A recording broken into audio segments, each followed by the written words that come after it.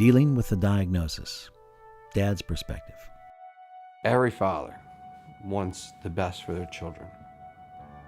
They want them to be the best.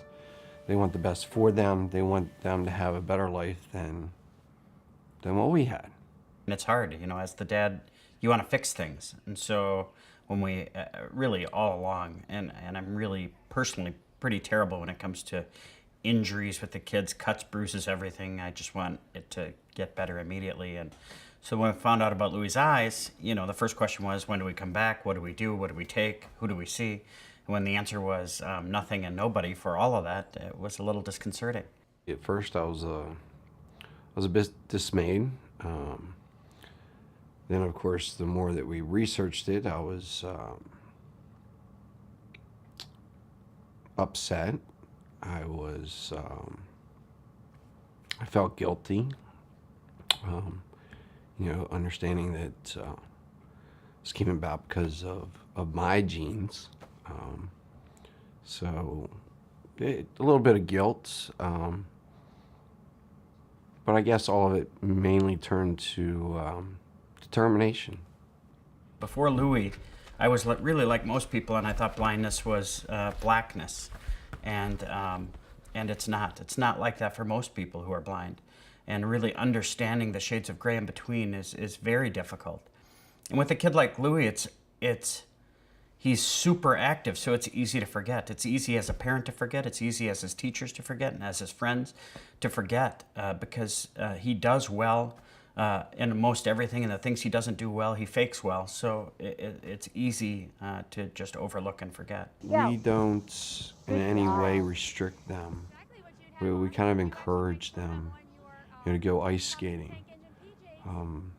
It's kind of remarkable when you go ice skating with two blind children how open the ice gets in front of you, and there's not so many people skating in front of you, but we try not to restrict them in any way, unless there's a safety issue, of course. The hardest thing as a parent, especially for me, is setting my fears aside. Really, before Louie had this disease, I'm a nervous Nelly kind of a dad, and stomaching taking my son rock climbing because I'm scared of heights, and he can't see the bottom anyway, so it doesn't bother him at all. And then water skiing, telling my brother not to ram him into a dock because he can't see the docks, and be very careful. And snow skiing, those are all nerve-wracking things, but we can't hold him back. I mean, he is a kid, first and foremost. He will get hurt. And maybe even more than other kids, he might get hurt. But keeping him as protected as you can while still allowing him to experience life, that's sort of the fine line that we're looking to walk. I just have to have hope. One of my dreams is, for my son to actually be able to drive a car. I'm glad he says it, and I know why he says it, but we're driving down the road and somebody points out a billboard or something on the side of the road, and he says, yeah, and he laughs. And I know he can't see it at all, and I can't wait for him to actually say yeah and react when it's real. The real force here is the desire to find the cure. And I don't think you can put a price tag on that. You just can't. Hope is everything. It's all we have. I mean, there was a time between when he was first diagnosed and when we got the second opinion in Iowa where we were told there is no hope and there is nothing. And that was those were probably the worst months of my life. And now it's all changed. We've come so far to get where we are that the question whether we're there or not, we're not quite there, but we've got to be close.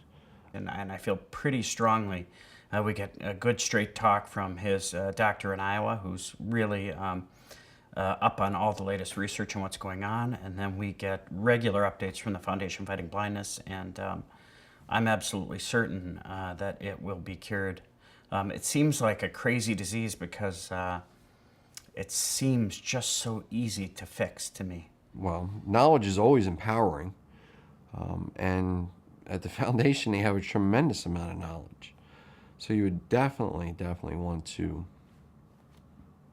pursue help, or, if nothing else, contact with the foundation. Now, for those individuals who don't have someone with visual issues, what I'd say to them is, you're about to meet my kids. And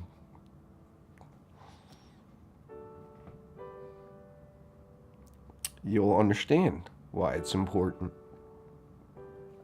for the foundation to continue.